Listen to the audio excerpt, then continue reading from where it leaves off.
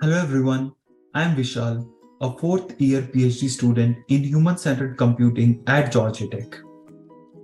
I present this paper titled It Takes At Least Two, The Work to Make Romance Work, co-authored with Kirsten Bray, Neha Kumar, and Rebecca E. Grinter from Georgia Tech.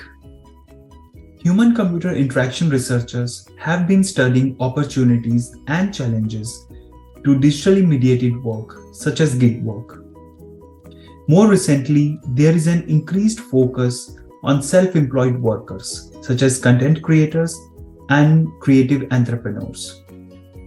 Our study focuses on one such group of self-employed workers who leveraged online technologies for their work, romance novelists. Digital platforms have allowed novelists to shift from publishing traditionally with the help of a publishing house to self-publishing, where writers leveraged online retail platforms such as Amazon for publishing and social media platforms such as Facebook for marketing their novels. Our study asks, how has digitalization impacted romance novelist work practices in their transition to self-publishing online? To understand the impact of digitalization on the work practices of novelists, we use the lens of feminist political economy, which was introduced to SIGCHI by Raval and Dorish. The author studied the labor that ride-sharing drivers performed in addition to driving, such as managing emotions, time, and appearance. The lens of feminist political economy helps in foregrounding diverse forms of labor, which often remain hidden by other economic theories. We first conducted surveys asking novelists about their experiences with the novel production process online. To gain a deeper understanding, we conducted interviews. We received 127 responses to the survey, 47 agreed to be interviewed. We conducted 15 interviews. Although survey respondents included novelists from different countries, such as India and Japan, for this study, we limited participant recruitment to the US and Canada. The study was conducted during the COVID-19 pandemic imposed quarantine and physical distancing. All the interviews were held virtually. We group our findings into three themes. First, we discuss how digital self-publishing has increased the novelist agency, giving them greater control over work. Then we discuss the new forms of work that the novelists reported taking on with self-publishing, resulting from losing access to work done by a publishing house. Finally, we present the new paid and unpaid workers who assisted the novelist with self-publishing online.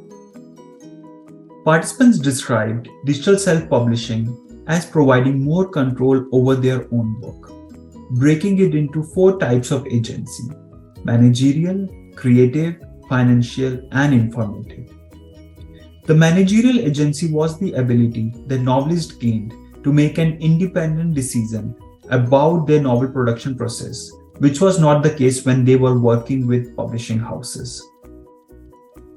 The creative agency was the ability to have more control over the writing process, including setting the context, characters, and story without being answerable to or restricted by the narrative guidelines set by a publishing house. The financial agency was the ability to collect the entire revenue for each book without sharing it with the publishing house and being able to decide how to invest in publishing. Informative agency was the ability to have information about all aspects of the novel production process, which was hidden when working with a publishing house. However, while self-publishing was empowering, it also restricted the novelists, as their activities were moderated by algorithms online. Our participants acknowledged the difficulties of self-publishing online and still put up with it to get the benefits they valued. While novelists gained control through digital self-publishing, it also added forms of individual and collective labor that were otherwise performed by the traditional publishing houses. Novelists engaged in the relational labor of building and maintaining their readers' communities online through paid advertisement, producing podcasts, broadcasting live, and sending e-newsletters. They also conducted offline events such as in-person book signings and sending physical postcards during festivals to form a connection beyond the virtual world. Novelists engage in the maintenance labor by collaborating, cooperating, and providing interpersonal support to each other, performing care work. For example, some authors cross-promoted each other's novels online, on their social media platforms or via electronic newsletters. Others co-wrote novels together. Many also provided emotional support to each other with the expectation that they would receive it whenever they need it, whenever that might be, sooner or later.